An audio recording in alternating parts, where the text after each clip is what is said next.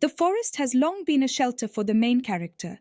She liked to be surrounded by flower petals flying in the air, sweet singing of birds and small animals that always kept her company and did not allow her to be sad. As a child, she almost always played alone. Once the man who left her alone. The girl grabbed his clothes and asked if he would leave her alone for a long time. He was her only friend and companion. The man put his hand on her head and said that he would definitely come back. The girl asked when it would happen. After all, it was very difficult for her to be alone in the forest. Although she was used to it, a stranger always made her happy. The man sat next to her on his knees and said that he would definitely come to her at a time when she would need it most of all. He was the first to introduce her to separation, and with this, he offended her for the rest of her life. But during the time they spent together, the man gave her many happy moments that the girl will never forget. For this she could not hold any grudge against him. The girl in her heart begged him not to leave her. A man was walking on an avalanche, his cloak blowing in the wind.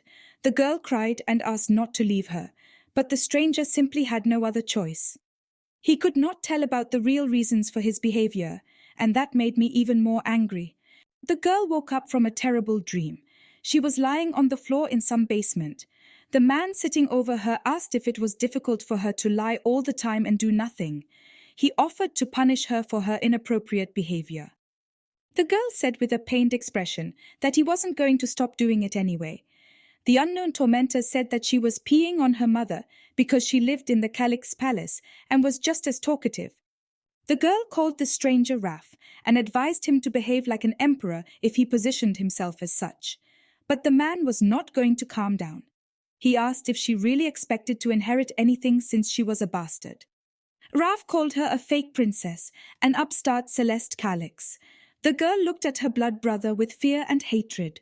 She was ready to pounce on him and kill him on the spot, but it would not help to break out of the dungeon.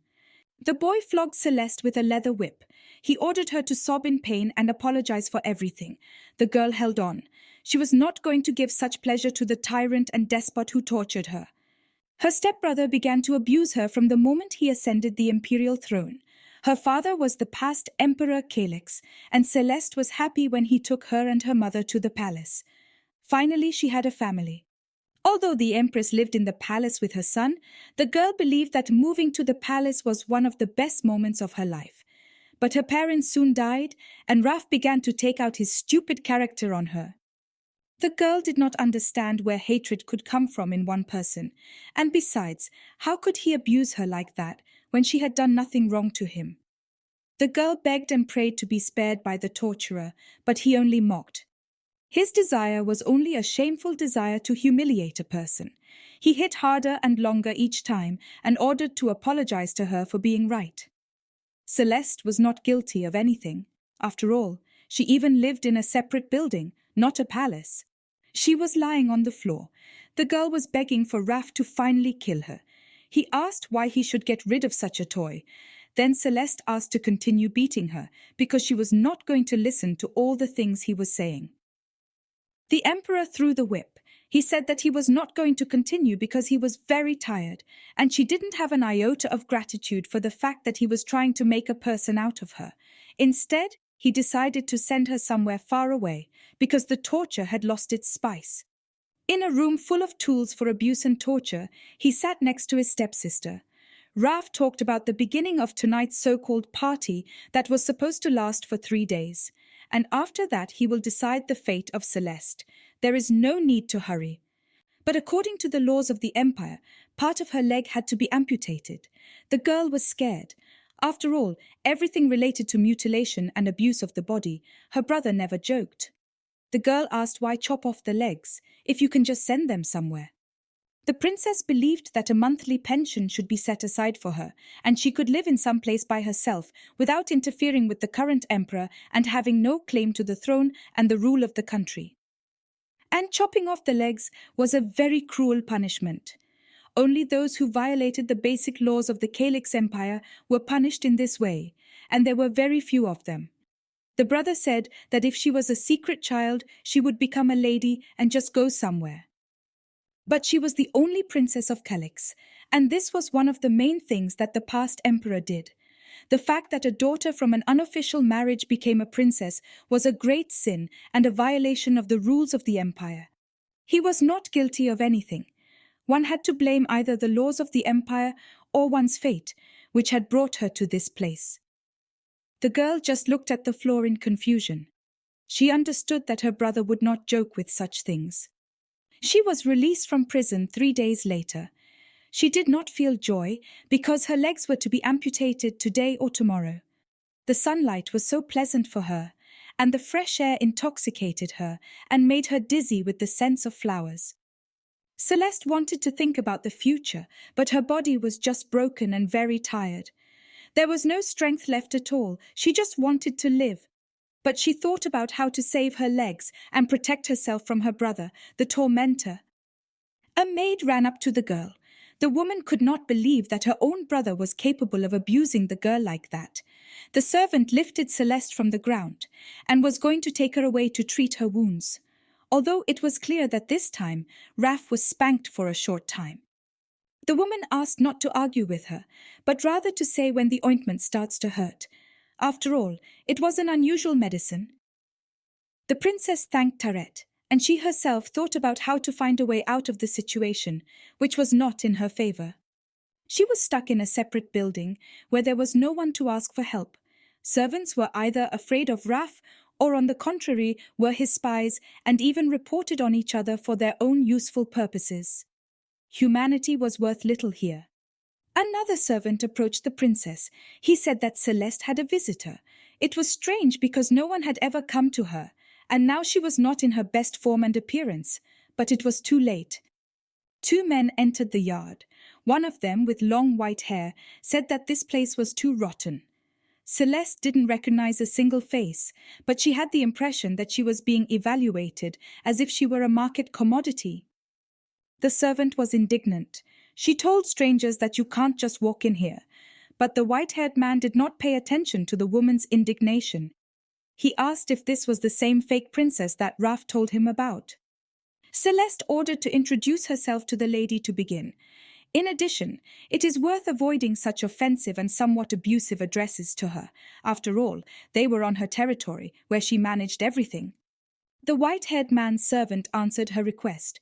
He said that Batizo himself, the ruler of the Kalinev Empire, was standing before her, and her half-brother Emperor Calix told about her. The servant apologized for not announcing the guest's arrival sooner. The girl sat down in obeisance before the great Emperor Batizo. She simply did not recognize him. But it was strange to see such a respectable person in his yard. Usually even simple nobles passed this place or bypassed it. Celeste asked to be excused for not being able to invite her into the middle of the house. However, there was no need for this. The emperor left in silence and called Terraknus, a servant, after him. This acquaintance with the princess was enough for him. The maid, meanwhile, was very impressed by the visit of such a person to the princess's courtyard. Celeste asked in turn if the Batizo Empire was really that powerful and strong. The woman replied that she is much stronger than Calix. The girl understood that this visit could not happen just like that. The reason should be in everything. Terkan answered her question himself. His Majesty Batizo wanted to go to the banquet with her, and Celeste finally understood. A grandiose plan formed in her head. If the Batizo state was strong and powerful, then its emperor was the only one who could challenge Rafu. It was not fashionable to miss such a chance, and Batizo himself came for her. The young man said that he was authorized to speak in this situation on behalf of His Majesty the Emperor Batizo. He himself was called Terkan and was an assistant to the ruler. He had neither a title nor a surname, but he had colossal power. Celeste carefully watched Terkan. He did not give the impression of coming from the common people. He had good manners and gallant behavior. Even she could easily recognize him as an aristocrat or a courtier. The girl missed the moment when their eyes met. She wondered why Terkan was looking at her so intently. The reason could be her strange behavior, because she had not seen anyone new for a long time. But I had the impression that I had known this man for a long time. Terkan pulled out a leaf stuck in her hair. The girl could not cope with the impression that they had already known each other. For a moment, his gaze became so kind and gentle that she could even mistake him for someone. Meanwhile, Batizo's assistant said she needed to prepare for the banquet, and since she was not warned about him, they will have a lot of work today. Celeste didn't remember Raf saying anything about the banquet. Terkan was amazed that no one had warned the princess. This attitude towards the Soba of the ruling dynasty was simply unacceptable. She did not expect that the information about her reputation would reach such distant lands. The girl asked whether Terkan was familiar with the circumstances of her life. He replied that he knew everything perfectly because he was preparing information for his ruler. But Batizo's situation was different. He just wanted to be at the banquet with her. This was the problem. Raf will try at any cost to cut off her legs and maim her sister. His opinion about the expulsion could not change during the 2 days that the banquet lasted. There was really something in this. Something had changed since their last meeting, but Terkan pulled him out of the idea. He said that the girl's hair should be changed and her wardrobe should be updated, and this should be done in the near future. The man ordered to prepare for a long day. He promised that he would come and get her before the ball even started, so that everything would be in accordance with her status as a princess of the empire. And now it's time for him to go solve other matters. Celeste stopped him. She asked if Raf allowed. Batizo's assistant replied that she did not need the permission of the Calyx ruler. After all, it was a direct order of His Majesty, the ruler of Batizo. The assistant's expression changed a lot at this moment. He became cold, strength could be heard behind his smile. So far, only one thing was clear to the girl. Batizo was much stronger than Rafa, and it was worth using this for the sake of salvation. Of course, the attitude towards the women of another lord was also not the best, but that was in the future. Slezhanka brought dresses for the princess. The woman said that everything was done by the best craftsmen and with care for the girl. After all, a lining was even added to the dress, which was supposed to hide the scars and bruises after the beating. The princess was weaned from such outfits. She even said she doubted it, as if this would suit her. But there was no time to think. The banquet was about to begin, and it was necessary to dress and get ready. While Celine was changing, she asked the maid what she had heard about Emperor Kalinev. The woman replied that she had only heard of his involvement in the Blackwing clan, and became famous thanks to the aggressive expansion of the empire's borders. There was a high probability of Kalinev's attack on Calyx, and the result of such a confrontation has been known to everyone for a long time. Her homeland was very inferior in terms of military and resource potential to its alleged enemy. The country of Batizo was too large to attempt to oppose it in open war. Eventually their conversation turned to more mundane topics, and Sarita asked if she could even wear such a dress to a dinner party. But the maid did not even want to listen to her. She enjoyed how beautiful her mistress was. The girl asked to stop giving compliments. The woman said that the princess undeservedly lives alone and is constantly beaten. The attitude of the old maid really impressed Selena, but now was not the time to give in to emotions. Everything was just beginning, and Celeste had to be ready to make her plan come true. The evening promised to be productive. Assistant Batizo was already waiting for the girl.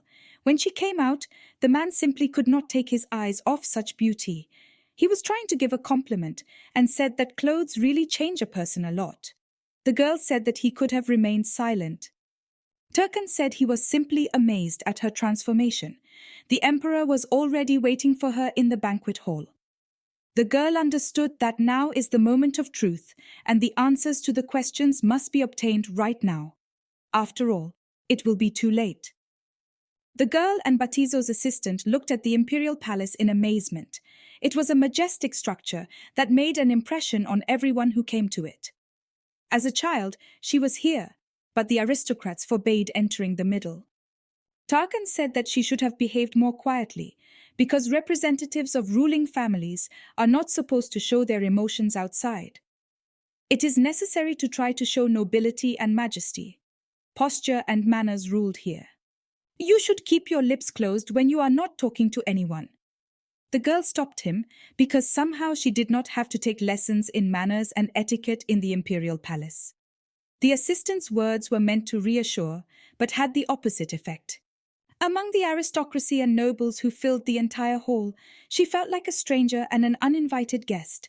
Everyone looked at her carefully, and everyone was thinking about something of their own, or necessarily related to Celeste, who had not been in public for so long. Everyone was talking about the fact that this charming woman was actually a fake princess, and every phrase and dialogue about Celeste was overgrown with new details, which later everyone would forget. But now it was a very good move by the family. The ladies said that in such clothes everything looks real, but Celeste herself thought that their attentive glances made her dizzy. Terkan, who was walking by, reminded how important it is to keep the correct posture. The dignity of the imperial ruling family consisted in confidence. You should not make too strict a facial expression, and the corners of the lips can be lowered. Terkan gave exactly such teachings Celeste, while they walked through the hall where the guests had already gathered. The butler approached Raf and reported that Princess Celeste had arrived. He was not happy about her presence at this dinner, but Batizo could do absolutely nothing against his will. It was necessary to behave with dignity and not to give cause for rumors. Terkan and the princess stood in front of Raf. The servant reported that they had arrived by order of His Majesty. Raf looked alarmed and angry. What could have brought the emperor to such a state, thought Celeste. The host said that he wanted to hope that the evening would be enjoyed. But the girl could not leave the impression that Raf was angry. In addition, Batizo was not visible. The table for special dignitaries was also empty. But suddenly she noticed how Batizo was looking directly at her. You need to figure out how to convince the emperor to take her out of this house. However, what approach to use to get him to obey her was still a mystery. After she looked into his face and eyes, Celestia was certain that there was nothing she could do. His expression was simply icy. But Batizo's assistant came to the rescue. He advised asking the emperor to marry her.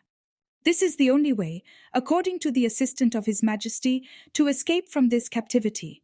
And it is worth taking a risk, otherwise she will definitely not go far without legs, and shame will definitely not be chosen. How he knew all this remained a secret for her. It seemed that Terkan was able to look right into her soul, but the doubt that His Majesty would agree to take her as his wife broke from his thoughts. After all, it was generally quite crazy from the side. Terkan suggested that she tell him something that he would definitely not refuse. The princess replied that she did not have the gift of persuasion. But it's worth a try because she definitely didn't have a better option. The assistant's job was to prompt. The question should have been left for later. While Batizo was alone, it was necessary to act and behave confidently and businesslike, and maybe even use female charms.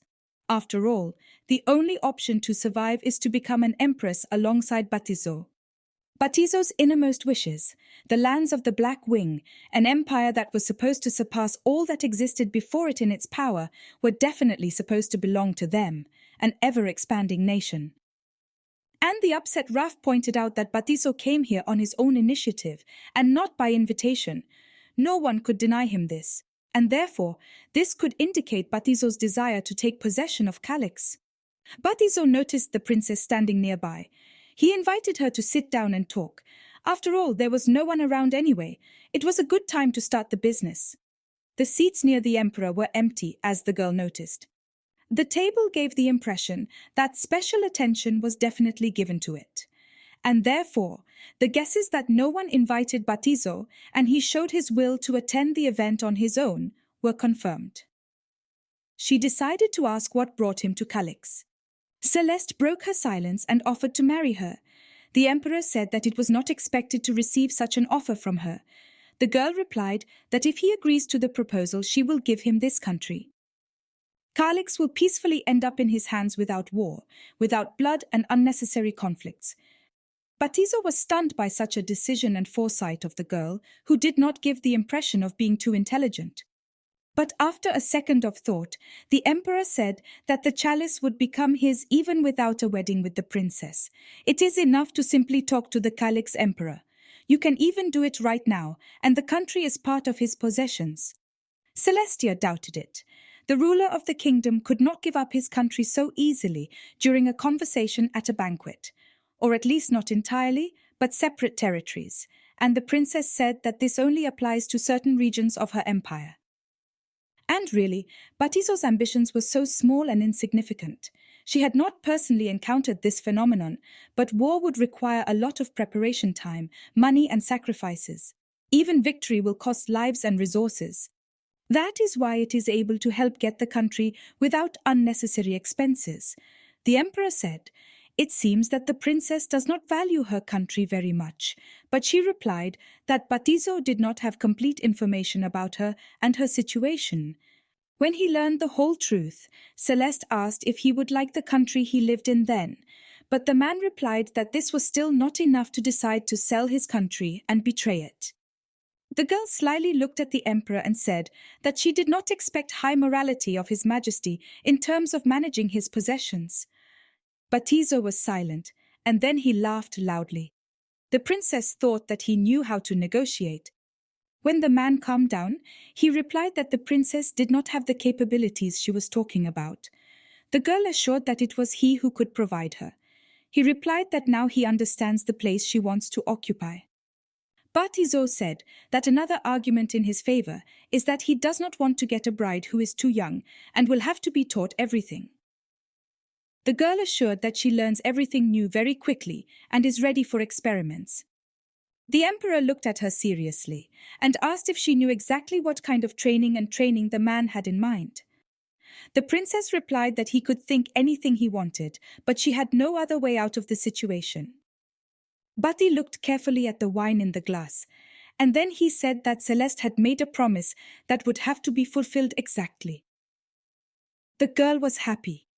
This meant that her plan was successful, and she promised that she would keep her word. After the banquet, Celestia walked through the garden near the palace. She was glad that her plan was successful, otherwise she was doomed to the difficult fate of a crippled exile. Now you can breathe a sigh of relief and prepare for the next heat. Nervous and thinking about her own salvation, she did not pay attention to the fact that she rubbed her foot very badly in her new shoes. The leg above was also swollen, and therefore it was necessary to urgently sit down and rest. Suddenly, His Majesty's assistant approached her. He praised her for her diligence and perseverance.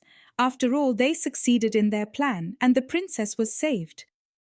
Celestia was scared because she didn't hear Terkan approaching her. The princess sat down on a bench and asked Terkan if His Majesty was ready for her proposal. The guy said that of course he knew about it. Only her brother did not know about it, but he will be very glad to know the result of the conversation. As expected, the father came to check on her. The girl wondered if the result of the emperor's answer could have changed from her attitude and answers to questions or behavior in general. The assistant answered in the affirmative. After all, he himself did not know that. Batizo specially arranged a tour of neighboring countries and decided to get offers from royal families and clans that ruled the lands of neighboring kingdoms, and in this case, he took advantage of a situation in which there was no choice.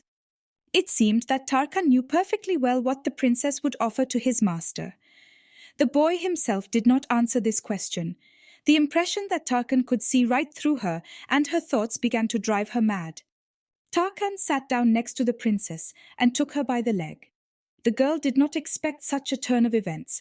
He asked her to calm down because the man was not going to do anything terrible or something that could tarnish her honor. He asked to forgive him because he did not take into account that Celestia could damage her feet so badly with new shoes. His Majesty's assistant was now supposed to help her back to normal. The girl screamed and ordered to let her go. The guy didn't listen. He was going to help her and ordered her to shut up and not to twitch. After all, it was his duty to serve the princess, and therefore he acts according to the purpose of his main task. Celestia asked if no one would think anything of them, and if rumors wouldn't spread around the imperial court. Terkan replied that it is quite normal for a servant to help his mistress and fulfill his task. Everything will be fine. The guy added that he noticed how rarely people came here. The girl was impressed by the fact that she, higher in status, obeyed all his words, and in fact, it was Terkan who owned the situation and directed the vector of further events. Celestia agreed that after the massage the leg stopped hurting. I didn't even want to complain about the boy's strange actions, so she decided to act as if nothing terrible had happened. but suddenly they heard strange sounds. Not far from them, a couple of lovers stood under a column. They also believed that no one sees them here, because according to the man, even the gardener rarely comes here. Also, no one was supposed to see their secret meeting. Celestia wondered how to get out of such a strange situation. The situation was uncomfortable, but the boy said that they would go through the garden, hiding under a big tree. No one should have noticed them there. Meanwhile, the couple was enjoying love. The man assured in every possible way that almost no one uses this garden and everything will remain a secret. However, the woman was worried. But her lover was serious. Poor Celestia was not prepared for what she saw next. It made her uncomfortable that such a scene unfolded right in front of them when she and Terkan happened to be together. She prayed that the lovers would make it as soon as possible and that this waiting with strange sounds would end. Terkan sat down next to her and carefully looked into the eyes of the princess. He said they still had to sit and wait because the couple hadn't left yet. The girl was more interested in his look, which had no meaning in itself, and did not express any emotions at all. Celestia was struck by the color of the boy's eyes. They were ruby in color. I have never seen such a beautiful shade. She was suddenly ashamed of what she was thinking about at such a moment. Probably the strange neighborhood of a couple in love had an effect.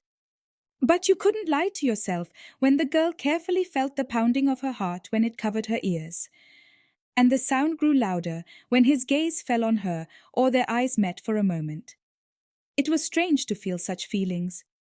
Terkan was saying something to the princess, but in her thoughts she did not immediately understand what they wanted from her. The guy asked her to get up and leave here. Celestia thought he cared because she was older in status than him. There was no other explanation. The girl stood up, but still tried to explain the boy's motives, although in the end she came to terms with the fact that they will remain a mystery to her. The emperor's assistant said that they had to get out of here quickly before someone noticed the absence. Terkan asked if her legs hurt.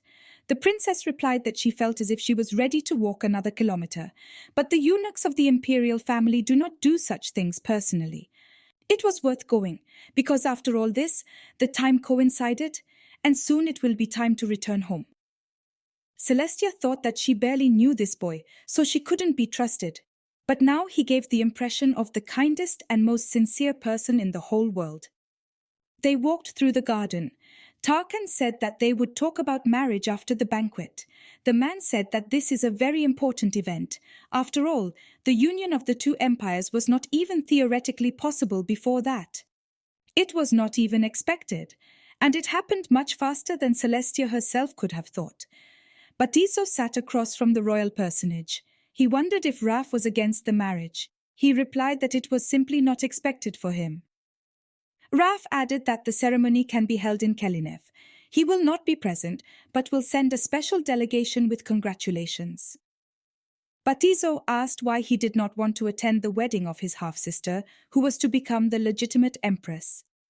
Rafas asked, but if there are such customs in this strange country, then he does not mind following them so as not to offend his bride's family. But Celestia's brother said that his heart was breaking. However, he still cannot be present at the wedding, but the emperor is probably well aware of the low origin of his future wife. Celestia was amazed that she was being discussed so easily in her presence. Raf ordered a servant to fetch another batch of tea. The woman did not understand such attachment to this drink, but the emperor himself emphasized his popularity in Eastern countries, where he is valued and respected. Even ceremonies are arranged. Although many Eastern countries were destroyed or conquered by larger neighbors, one of them, Gaza, was considered the heir to the power of the fairies, and that's why it thrives and flourishes, unlike its neighbors who abandoned the old religion. Now they really are considered descendants of fairies and wizards, and that's why they have such delicious tea, and it is very difficult to get them. None of those present understood why this tea is so unique. It looked like ordinary grass. Batizo set out a cup of tea. He said that he uses only what was produced in his state. Such was his custom. Raf praised the intelligence and savvy of his potential relative. But he was slightly offended by the tone in which it was said. The girl was drinking tea, But the drink was going well because she was enjoying the situation where her brother couldn't do anything to the opponent who was flanking him from all sides. She realized that she had successfully chosen a bride for herself. Already tomorrow, she was going to return to Batizo's possession. The girl was collecting things. The maid helped. Celestia emphasized that she was taking her with her. The woman agreed, because how could she leave her princess alone in a foreign country? They have been together since ancient times, and so the servant replied that she would even like to die next to the girl. Celestia understood that if it weren't for this woman, she would simply die in captivity. And that is why she is very grateful for care and kindness. Raf broke into the room. He shouted and accused his sister of treason. He could see her rejoicing before leaving her domain. The guy was drunk. Wine and something else incomprehensible could be heard from him very far away. He asked how she managed to seduce Batizo. The girl replied that she simply liked him. Raf wasn't going to agree to that. He said that Kiselyov's women are much more beautiful than her, and there was something not clean here. Although there was no reason to be surprised. After all, Celestia's mother also had an affair with the then emperor, their father. And who knows whether the imperial blood flows in Celestia, or whether she is a spoiled child, taken by her father out of pity or love. The girl ordered him to shut up. Now it was late at night and he should return to his rooms, but Raf continued. He believed that Celestia had started commanding him early. But is she ready for the local aristocracy to accept such a ruler's wife? The girl's nerves could not stand it. She started screaming loudly. She did not care at all how the aristocracy and nobles would receive. The main thing was that she would finally leave this cursed palace and try to live as she wanted. The emperor swung to strike his sister, but the maid got under the arm. Raf was furious that the woman dared to stand in his way. She fell to the floor. The boy stepped on her and began to peck her like an insect. Celestia tried to shut the woman down, but Raf was not going to calm down. He shouted that in his possessions at least the servant should have reason in his head. The maid begged the girl to leave her and not suffer beatings from her obsessed brother. Batizo entered the room with an assistant. The white-haired one asked what Emperor Raf was doing here. The emotions on the faces of the new arrivals did not bode well for Raf, but the brother asked what he owed for such a visit. Batizo missed his words.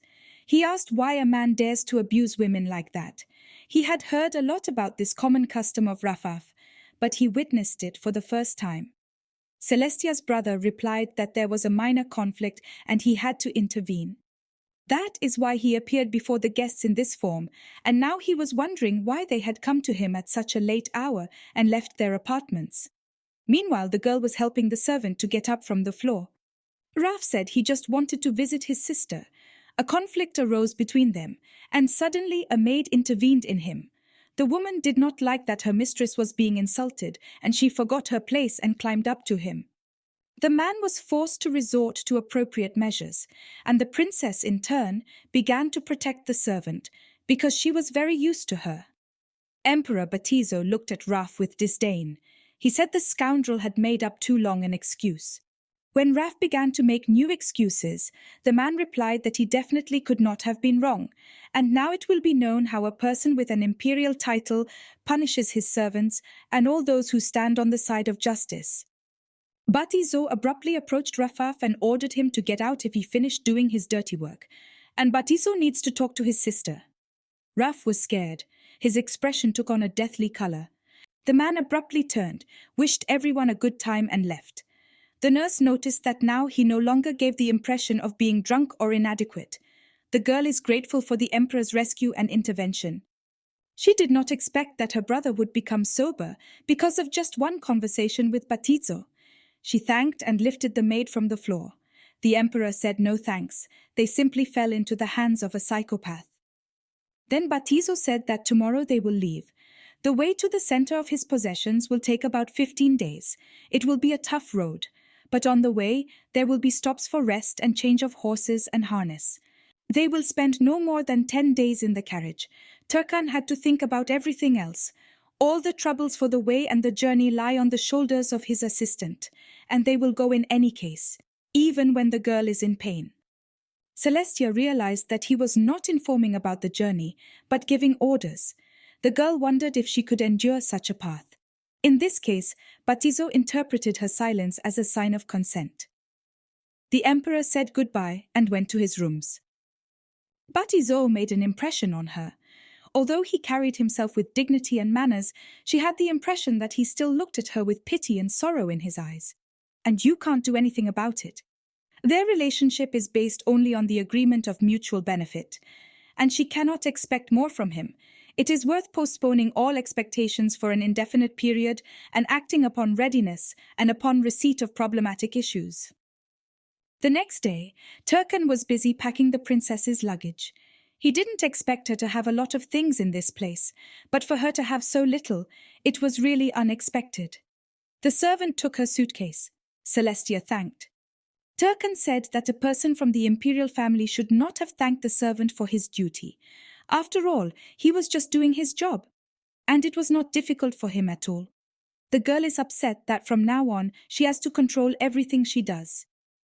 She still had a lot to understand ahead of her.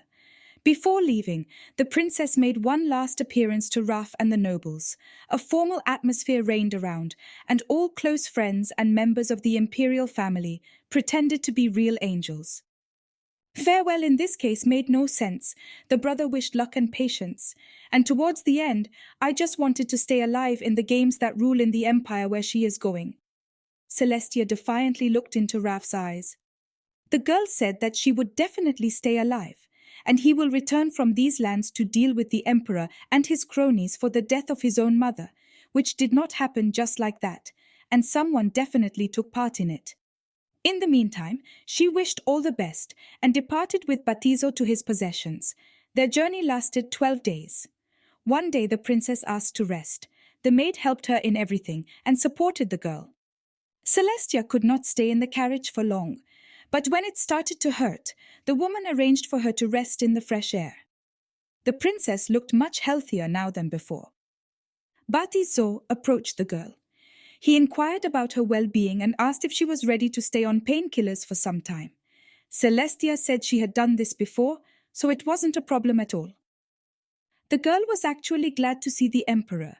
Recently she felt something similar to attachment to him. Batizo said that after 3 days of leisurely driving, they would arrive at his palace. The emperor said that Terkan, his faithful servant and companion, was also an outstanding mage of space and time, and all the care of the road fell on his courageous shoulders. With fewer people and a shorter distance, it was possible to move faster. The girl asked what the magic of space and time was. The emperor was surprised that she did not know such elementary things. It seems that the princess did not receive the education of the level that the spies told him about. The emperor smiled enigmatically and emphasized again that she would still have a lot to learn. She thought that she did not expect to become close friends right away. He was quite a cold person in relation to others. There was a possibility that they would never become closer. The emperor simply walked on from their makeshift camp. It was impossible to understand what thoughts were raging in his head. The maid and the princess were left alone. Over time, the girl got tired of the road. She lost count the other day. Celestia was very tired. The forces were becoming less and less. Ointments and painkillers became less and less each time. Suddenly, a command to stop sounded outside the window of the carriage. Terkan stood in the center of the camp. He ordered everyone to gather and hold tighter. After all, from this moment on, the magic of space and time will be involved in the journey. Everyone whispered, realizing that the emperor's assistant would start using magic. The girl and the maid watched the magician carefully. Celestia asked if Tagalan had seen magic in action before. The woman shook her head disapprovingly, because she had never witnessed anything like this before. I only heard that this is a very expensive pleasure. And really, only the ruler of a rich and majestic country could use a mage to travel. After all, it is very expensive. The Batizo Empire was actually a strange place. Vortexes of magical energy gathered around Terkan, and the air simply glowed with tension. Suddenly, they found themselves in the midst of majestic buildings. Everything around was clean and comfortable.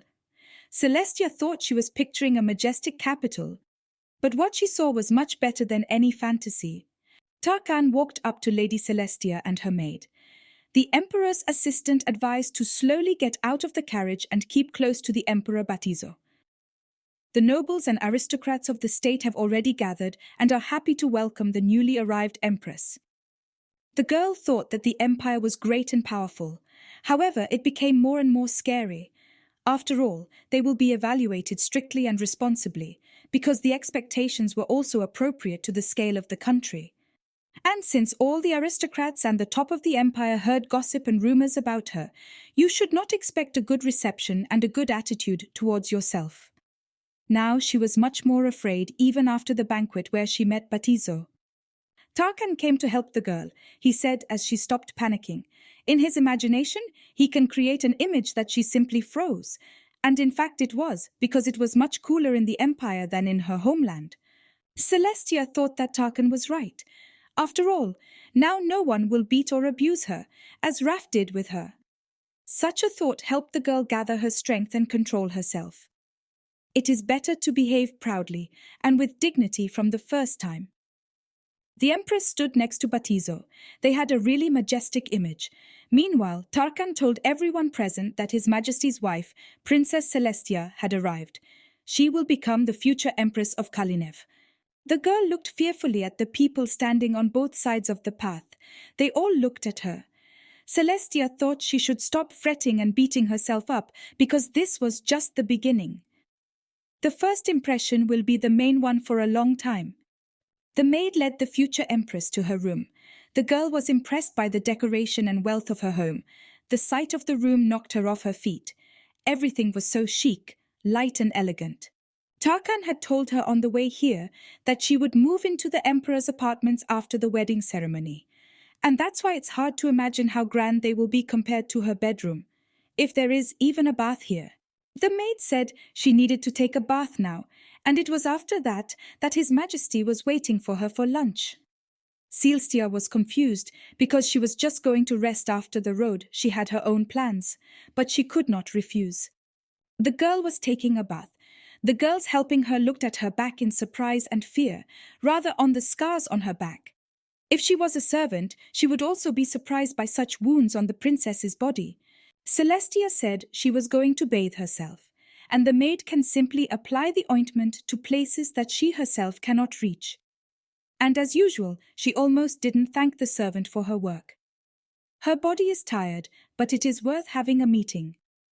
She wanted to talk to Batizo, and that's why she came a little earlier to the room where their meeting was supposed to take place. But why was the emperor so late? After all, it was simply unacceptable for a man. Soon someone entered the room. The girl saw that it was Terkan himself. The assistant reported that his master had an urgent business on which a lot depended, so she could start the meal on her own. Terkan sat down next to her. The princess did not immediately understand what he decided to do. It scared her. But the guy started a tirade about sexual health. Besides, one cannot leave the empress alone in such a place on the very first night. And yet, it was even better than sitting alone in this hall. She will still have a chance to talk to the boy, but it was not worth wasting time and immediately start getting to know this fantastic land. His Majesty's assistant saw with what delight the girl looked at the food that was served. Terkan advised her to eat first, and then at the same time she will calm down. The princess admitted that she had never used a knife and fork. Celestia began to learn how to use cutlery. She even started to like it, but she did not succeed in everything, and the man held her from behind and directed all movements according to the correct use. The girl admitted that she just drank the soup, and meat was rarely given, and usually it was chopped. Terkan asked if she always ate like this. Celestia answered in the affirmative, and added that she didn't eat much real fruit. When the emperor's assistant heard this, he became very angry. The girl noticed changes in her husband's mood. He was very angry with Raf, and he demanded that the girl, if she wished, would tell him about the experience of the previous years. He was afraid to offend the girl with his behavior, but Celestia said that it is the first time she has seen a person who can fight and talk badly about Raf so boldly. Terkan said that a person who does evil deserves criticism. But the pleasant and appetizing food, which was standing right in front of them on the table, distracted them from the bad conversations. The girl had to quickly finish everything and get down to more important things that she had planned for herself after her arrival. His Majesty's assistant saw how the girl's hands were shaking. He decided not to get bored and let the poor thing eat in peace without pressuring her with his presence. The man thought that he was more comfortable in his company. When Terkan left, the girl thought that he was so polite and respected his interlocutors that it was impossible to quarrel with him. But now she had a more important job ahead of her. What should have been used now was the absence of people in the hall. She pounced on the food. She had to taste such dishes for the first time in her life. Suddenly she remembered her mother and wondered if she had ever eaten anything like this dish. She rarely had to eat in calics. Terkan later taught the princess how to talk to other people in the palace. It is necessary to completely abandon the manner she used before with him and her maid. Celeste asked how she should behave.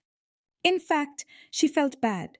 She was nauseous and shaking from the fact that the girl ate food too quickly and did not chew it well. Now she was uncomfortable and her stomach hurt. Meanwhile, Terkan said that it is not possible to behave politely and respectfully. It was too hard for Celeste. She will have to play the role of a majestic and powerful empress. But it's hard to be perfect. She agreed and promised that she would do the same when she was surrounded by servants and aristocrats. Celeste felt sick. She barely had time to go to the dressing room. The girl thought that she ate too quickly, did not chew enough. Now she had a headache and was nauseous. Terkan asked how she felt and whether she needed a doctor's help. The princess ordered not to enter the room. That was the last thing she said.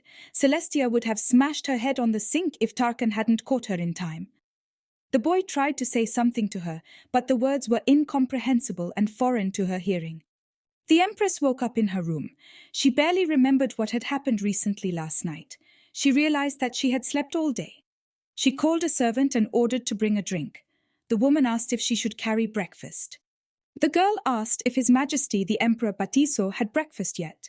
The maid said that the emperor had breakfast very early and left to settle his affairs. Celeste wondered if she and her husband should stick together everywhere now.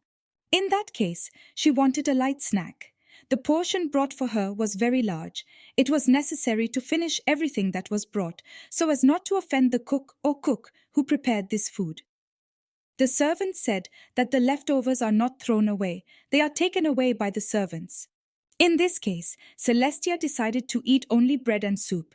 She ordered the maid to take the rest for herself or to share with other people. And if you leave everything, she will constantly be distracted by it. Therefore, she gave everything to the servants. But the girl said that if there is too much food left, the kitchen staff will have to be punished. A strange feeling overwhelmed the princess. She was still not quite used to the customs that prevailed in this palace. Once again, Celeste felt how difficult it is to be a princess. Terkan came to see her. He inquired about her well-being and asked if she was so ready for other things now. The girl said she felt like she was causing trouble. The girl looked at the cup in surprise. She mentioned that the drink was very similar to the tea that Raf offered to guests, but the taste was a little different from what she had tried before. The man said that the aroma and taste depend on the cooking method. And it seemed that the maids in the Batizo palace handled it better than the imperial calixes. Terkan said that he brewed this tea. After all, the people of Kilida do this best in the whole world. The girl immediately said that she had heard about the Helids as a people who possessed a part of the blood of elves and fairies. Their empire disappeared over 100 years ago when it was attacked by the Garcias. Since then, there have been very few Helids, and they make incredibly delicious tea. Terkan praised the girl. She had a really phenomenal memory. What the teachers told her, the girl remembered to the smallest detail. Celeste said that she didn't memorize anything, she just memorized it. But then she added that it was the first time she was seeing a Kilid. Terkan was not surprised by such a reaction. He saw that the princess wanted to ask why the descendant of the glorious empire served the Emperor Batizo. Celeste is impressed by his insight into the thoughts of others. Sometimes it was scary to be with this boy. Batizo on the battlefield. To be precise, he saved him. The girl could not believe it, but the boy said that he was actually capable of a lot. Terkan said there was a certain problem, the aristocracy and nobles of the empire against marriage, and it will be a little difficult to make a wedding now. The girl was confused.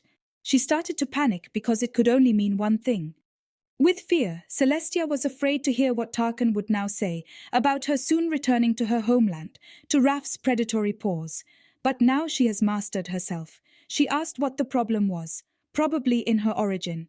His Majesty's aides said that at the moment there is absolutely nothing catastrophic, but the princess said that she perfectly understood the entire population and the aristocracy. She was not going to make any claims about the marriage.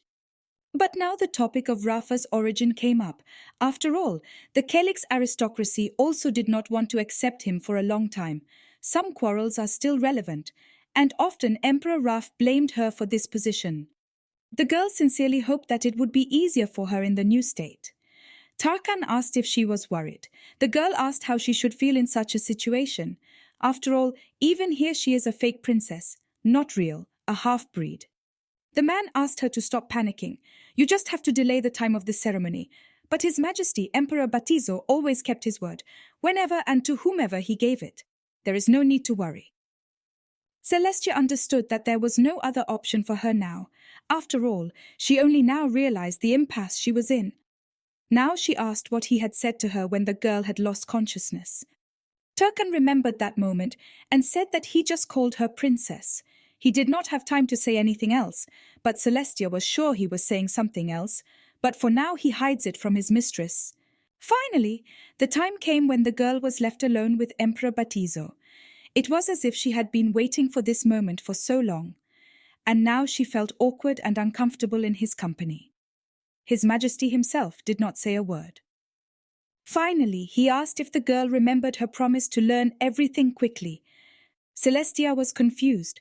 Batizo said that the aristocrats were against the wedding. However, they will agree on the fulfillment of one condition that is worth knowing about. The nobles want the girl to receive upbringing and education worthy of the empress before the wedding. The princess asked what was included in such an education. In her mind, she had already agreed to study. The man began to list a number of disciplines that included more than a dozen subjects. But the most interesting thing was the last thing, about which he wanted to remain silent. But it was not important, because she had to learn everything so as not to return to Raf. The emperor said that from tomorrow she would be taught all these disciplines. It is also worth preparing well and showing a desire to learn and gain knowledge. After that, Batizo fell silent again. Celestia thought how much easier it was with Terkan. The man asked why the princess was eating so poorly. After all, now the girl could forget about the rules of etiquette and eat in the usual way. Celestia replied that the norms of etiquette are of no use here. It's just that yesterday she was sick from eating and today she abstained. Instead, she asked if she could look around the castle. Batizo answered that his faithful assistant Terkan will take care of this now. Celestia thanked His Majesty for that. He became a pleasant conversationalist and husband for her again. The emperor noticed a strange expression on the girl's face. He could not understand why she was so happy like a child. A beautiful smile graced her usually gloomy face. His Majesty told Celestia about it, and she thought that she should better control her emotions. The ruler said that he conveyed to her everything he wanted to talk about, and now it's time for him to go and solve state affairs.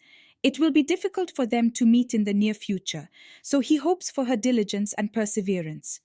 During this period, Celestia must fully concentrate on her studies with Terkan, and devote the lion's share of time to this alone.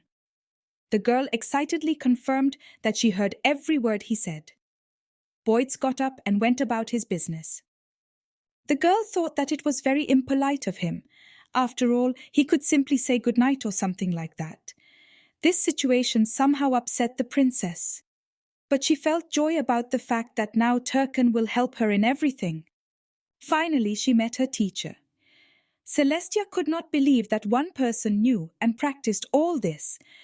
Terkan said that there were really few teachers in the country who could surpass him. Finally, he emphasized that a girl should learn all 10 disciplines within a year. and soon another teacher was to arrive. The girl asked who it was, but Terkan said that he would introduce them directly. A red-haired girl looked into the room. She said she was going to be on time, even left early, but was late again. The stranger gave the impression of a cheerful girl, but she was by no means like a teacher. Celeste said that everything is fine. In fact, she was surprised by the new arrival's hairstyle. After all, no aristocrat known to the princess wore such short hair.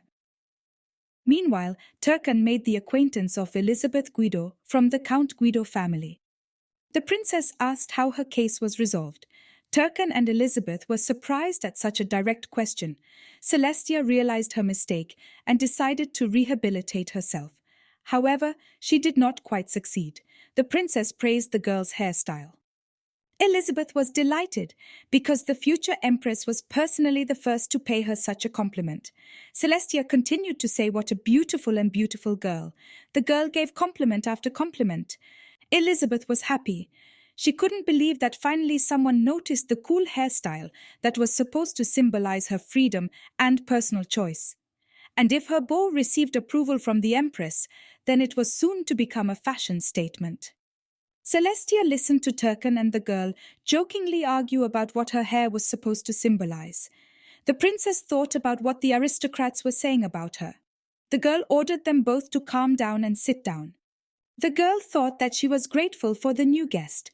This was supposed to allow her to gain authority and a new acquaintance with some of the nobles and aristocrats of her new empire. Her feelings were twofold. On the one hand, she was happy, and on the other, sad. Celestia asked what subject Elizabeth taught. At all costs, she sought to establish friendly relations with the girl. Terkan said that the girl was not here as a teacher or lecturer, but as a personal servant of the princess. Over a cup of tea, which Elizabeth prepared very deliciously, the girls talked about various topics. Celestia wondered how close Terkan and Elizabeth were. The aristocrat replied that she simply could not have anything in common with this man. She didn't mind, but in her opinion, Terkan was very unlucky. Celestia is amazed at how easily high-ranking people are discussed in the empire. But Elizabeth made a significant remark, saying that in a world where everyone lies, Terkan can be trusted. The princess herself thought of the boy as the most faithful and closest person after her move to Kalyanth. But she didn't know anything about him, except that he made good tea, came from the Halids, and possessed the magic of space and time. The girl asked Elizabeth if Terkan could really be trusted. The aristocrat answered that the boy treats everyone equally, regardless of their status and position in society. He also freely gives advice and helps solve all kinds of problems. It was precisely in this that he was constantly unlucky, but that was the truth about him. And this contributes to the fact that girls hang around his neck. He is very popular among the women and girls of the empire. Elihabet added that the boy is very handsome. He does not have an aristocratic origin, but on a level with the nobles. But he has wealth that not every nobleman in the empire possesses. There is as much talk about him as about the emperor himself. Celestia asked what His Majesty really was. Elizabeth replied that he was an even more ambiguous personality. And it is worth carefully analyzing what is said about him around him and how he behaves with those around him. The girl added that he is actually much worse. And then she realized that she had mumbled something extra, which the princess should not have heard. Elizabeth asked to forgive her, because she did not want to offend the future husband of the princess. Celestia thought she couldn't trust this girl just yet, but she seemed quite open, honest and direct, and her words about the emperor were confirmed by personal observations of the princess. Batizo really was. This became a question about what she had to find out for herself in the course of conversations with Elizabeth and Terkan, although His Majesty could find out about it. After this acquaintance, training began. In the course of it, Celestia learned that the people of Kalex and Caliph used to have wings. This attribute has accompanied great representatives of the human race for centuries. But due to marriages with foreigners, the wings disappeared over hundreds of years, and they remained only in representatives of the ruling family. The wings could be unfurled and hidden at will. The color of hair and wings was the same. But this did not mean that wings appear at birth in the imperial family. By the age of 12, only traces of future wings are usually visible. And later they begin to fully grow and develop. Sometimes the color of hair and wings may differ, but this probability is too low. Listening to this, the girl thought about something from her past. This was the period when she lived in Calix's palace. After 12 years, they showed more interest in her. But then there was no sign that she would grow wings. Ralph constantly pestered her with his questions about whether she was of the same blood as the then acting emperor. Then she thought that she was considered a false princess because of her mother. But now it became clear why he doubted his blood ties with her so much. But then it remained a mystery why her mother needed to follow the emperor. If Celestia is not his own child, then there was no point in it. Her mother chose this life precisely because of her, because the girl had a lot of imperial blood in her body. It was because of this that Ralph was angry and hated her mother. But why that? She still doesn't have golden wings and hair. Terkan noticed changes in the girl's mood. He asked how the girl was feeling. The princess said she admired the boy's knowledge. It was worth asking what he definitely can't do. The emperor's aide assured that he was not perfect. The girl asked what the difference is between shortcomings and incompetence, and what exactly are Terkan's shortcomings. But the guy said that she will learn about them during the entire period that she will spend with him. And when this happens, he asked not to hate him. These words sounded very serious and scared the girl, but he assured that qualities that she will not like may appear. You should not be fascinated by his image. Celestia smiled and promised that there would never be a time when she hated him. There were no reasons for hatred at all, and she owes her life to this guy because it was he who gave her the right advice about marriage. And thanks to him, she now lives a completely different life, and sooner or later she will repay him for rescuing Ralph from captivity. And now, the girl was going to go get some fresh air. Terkan stopped the girl and gave her a cape, because it was cool outside. The girl was impressed by how Terkan worries and cares for her. He assured that this was his usual duty, and he will be afraid to help the poor girl who got to a foreign country and is forced to survive in such conditions. Later, Terkan brought a letter to the emperor. He was sent from the Kronak Empire. The local princess wrote to Batizo once again and confessed her eternal love to him. The man himself did not want to see these letters again, because each time there was the same thing. The assistant said that maybe this time she would receive information about his bride, and then finally the annoying princess would calm down and not send any more letters. Batizo hoped for it, because he did not want to give any hope to the foolish princess. Celestia was to be introduced as the princess bride of the emperor. It was necessary to warn all neighbors about this earlier, including her native kingdom.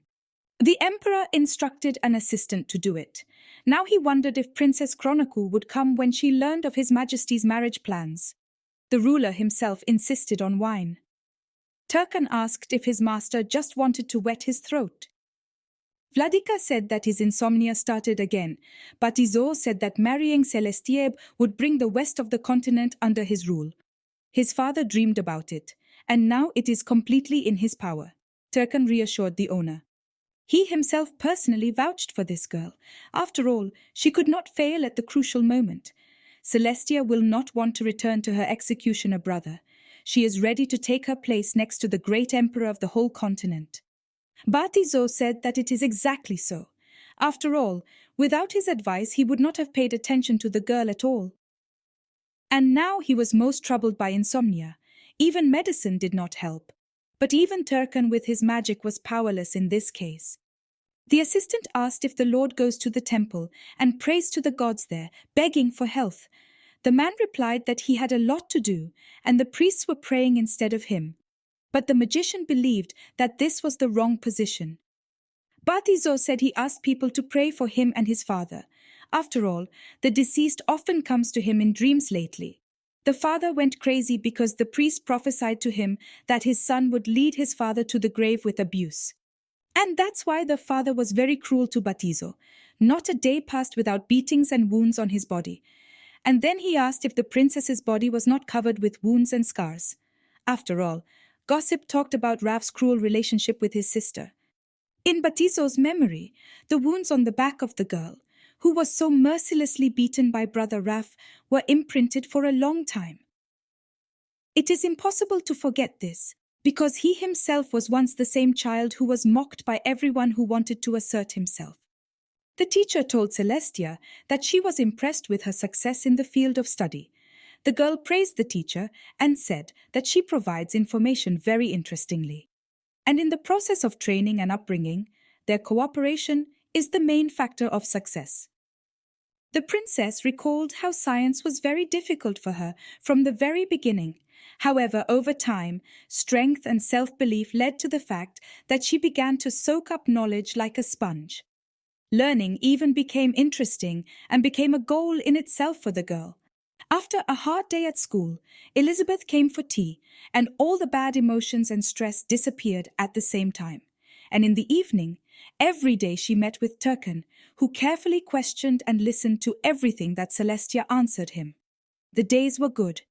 The princess thanked the emperor's assistant for his company and care, but the magician replied that he was not here so that she would not feel too lonely.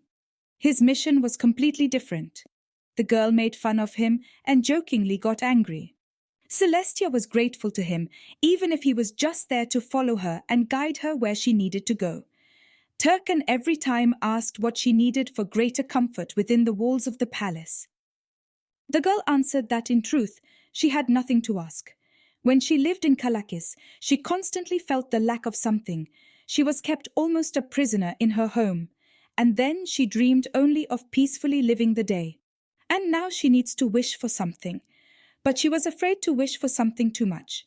Terkan reassured her and said that he would warn her in advance if she exceeded the limits of what was allowed in some way. Celestia rejoiced at such a hint. The girl asked for some money and the opportunity to leave the palace. The guy replied that all people need money, and therefore she is not greedy in any case. She is able to use her position and demand what is due to her. It was long past time to talk about making a budget, which the princess could spend every day on her own needs. It was long time to tell about him, but now is the right time to do it. She could also go out into the city. However, Terkan warned that she could not do this often, so as not to abuse the emperor's nerves, but every time she had to be accompanied by Terkan and Ilai from security. Celestia rejoiced at such an opportunity. She was not at all against such company. The princess looked at the street. She thought about how much time she spent in the palace, and at the same time how many people should go with her to the city so that she can buy a gift. And you need to buy a good gift. Terkan ordered to stop the carriage in which Celestia was traveling. The mage said that one of the finest jewelry shops on the continent lay ahead. He suggested that Celestia go to the store and buy something there. They were greeted by a salesman at the store. As it turned out, he knew Terkanat well, and asked why he had not visited his shop for so long. The emperor's assistant recommended the future wife of his majesty. The seller greeted the princess sincerely.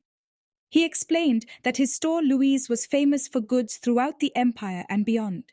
He had the most beautiful and precious things. All the aristocracy and nobles of the Batizo Empire and the surrounding countries considered it an honor to buy something here. And while the tea was being prepared, the owner of the shop suggested right now to inspect the new collection of diamonds that had arrived last night. They were sent directly from Karsa. When Celestia heard about Karsa, she was worried about Terkan.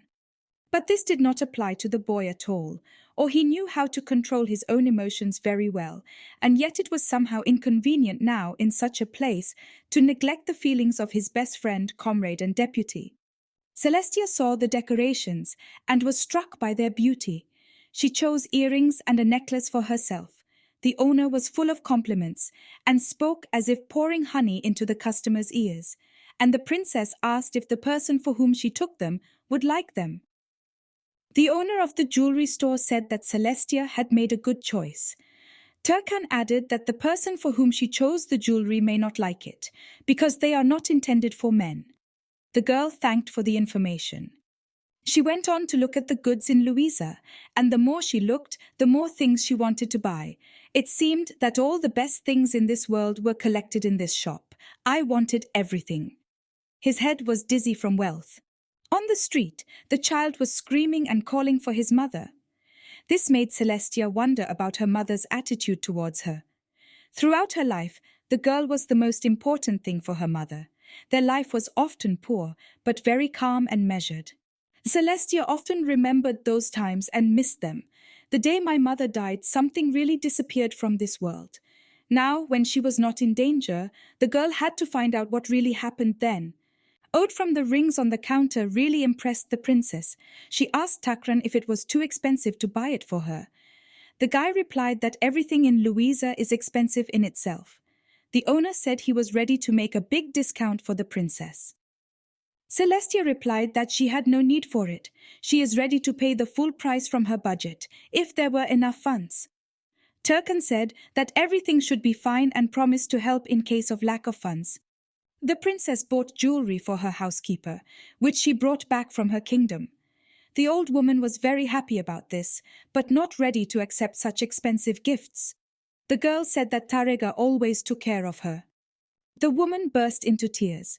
She believed that she had not given anything of value to the girl she cared for in her entire life, and Celestia is now giving her a gift that is probably worth a whole estate. The princess said that the woman gave her much more than anything.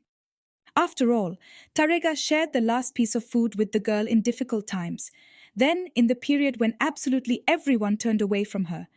And the woman has no right to say after that she did not give anything to this girl. She knew the most important thing, her heart. Celestia emphasized that the woman always had a lot of trouble because of the princess. The maid asks not to speak like that. After all, she took the girl almost as her own child, whom God did not give her in his time. That is, they were almost relatives. The woman suddenly remembered that Batizo asked to convey to the princess that today he wanted to dine with his future wife. The girl was surprised. First of all, she thought about what she should wear. Together with the maid, they chose clothes for the evening. Celestia wondered what had happened to her. For some reason, she herself wanted to change her clothes before visiting the emperor. This surprised her, because she had not been noticed before. It was necessary to prepare for such a responsible meeting.